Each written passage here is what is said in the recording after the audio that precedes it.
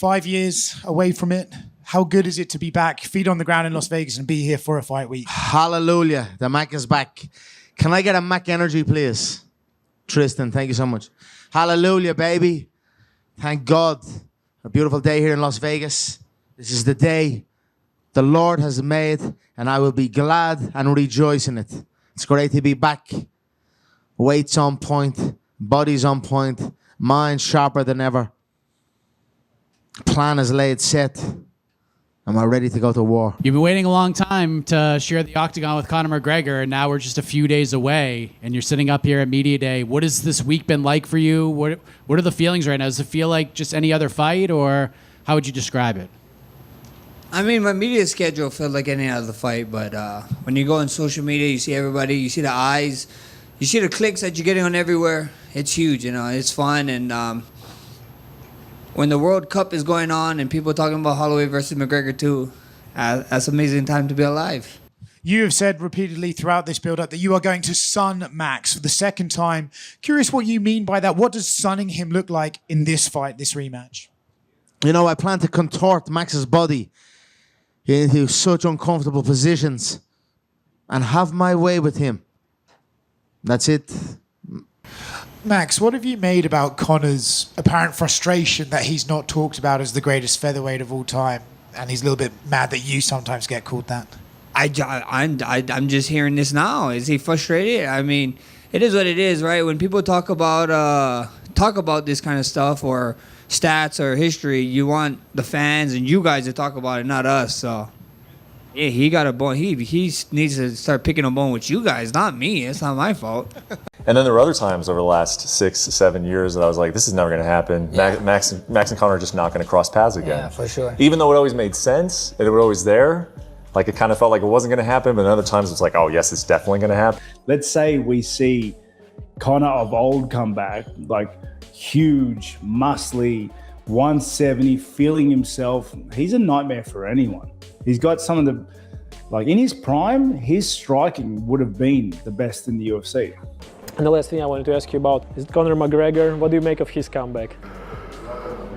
Conor doesn't need to fight. He has everything.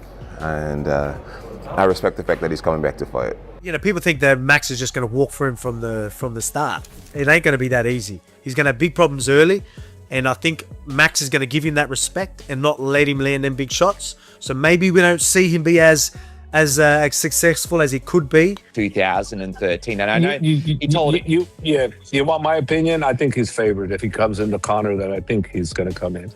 Really? Break that down for me. Why, man? Well, because he's a better boxer. He's got more power, you know. And Max Holloway has already been taken out by Topuria, and I don't see Conor not being able to replicate that. And it's not going to go to the ground. It's going to be a stand-up fight. But what does it feel like for you to sit here and know that it's Conor McGregor fight week? I felt the same, you know. Before you came, I had to do the little media scrum.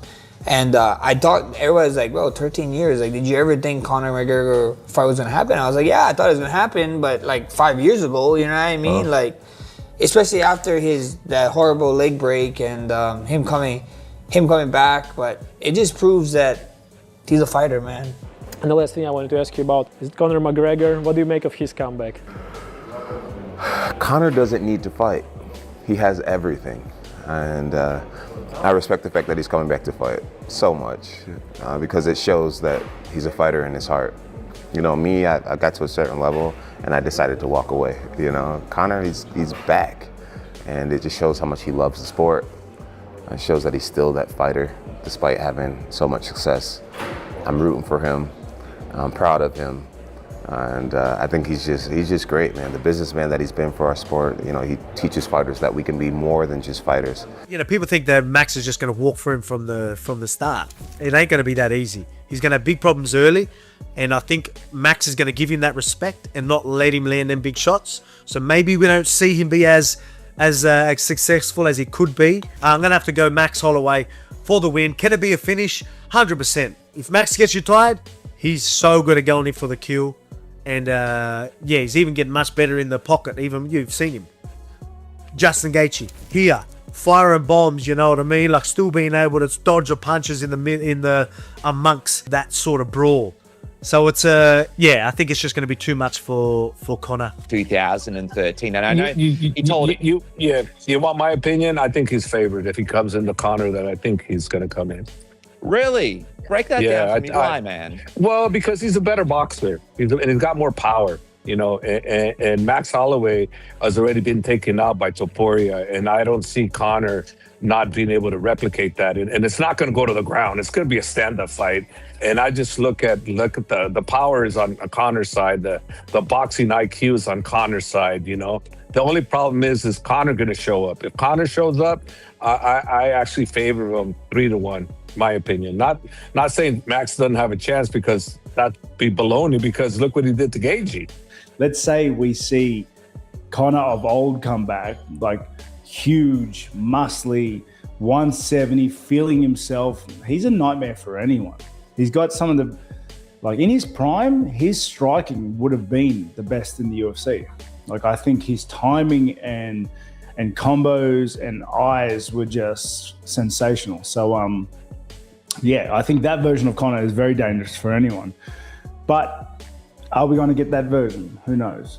And seeing Max at 170, I don't know what that's going to look like either. You know, I think he looked great at 155 last time, but now this is another step up. Conor's obviously been moving around at 170 for a while now, so I think he's much more comfortable in that weight division. Since Conor last fought 5 years ago, and by the way, Max Holloway has fought 7 times since then. But it's not just the age of McGregor, who will be 38 in July. It's not just the time off, right? This isn't George St. Pierre coming back from 5 years of heavy training in his retirement to move up to middleweight and capture the title. This is a McGregor who has been all over the headlines for both good and bad reasons over those 5 years, has gone through a lot physically. And we're not even talking about has his game evolved along with it. Look, he's a human reality show. Love him or hate him.